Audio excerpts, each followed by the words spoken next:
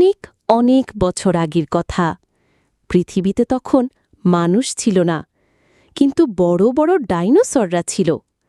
সেই সময় এক ছোট ডাইনো বাস করত, নাম তার ডাইনো।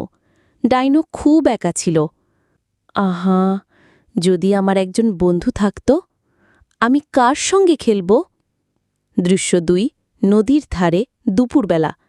ডাইনো পানি খাচ্ছে, হঠাৎ জঙ্গল থেকে বেরিয়ে এলো একটা ছোট খরগোশ। তুমি কে? তুমি এত বড়, কিন্তু চুপচাপ কেন? আমি ডাইনো, আমার কোনো বন্ধু নেই। তুমি কি আমার বন্ধু হবে? আমার নাম টুটুল। আমি ছোট হলেও বন্ধুত্ব বড় জিনিস। আমি অবশ্যই তোমার বন্ধু হব। দৃশ্য ৩, জঙ্গলের ভেতর, বিকেলবেলা। ডাইনো আর টুটুল একসাথে খেলছে, লুকোচুরি, দৌড়ঝাঁপ, গাছের নিচে ঘুম। বর্ণনাকারী: ডাইনো আর টুটুল খুব ভালো বন্ধু হয়ে গেল। তারা একসাথে খেলত, গল্প করত, এমনকি খাওয়াও ভাগ করে খেত। দৃশ্য ৪, পাহাড়ের চূড়ায়, সন্ধ্যা। সূর্য অস্ত যাচ্ছে, দুজনে পাশাপাশি বসে আছে।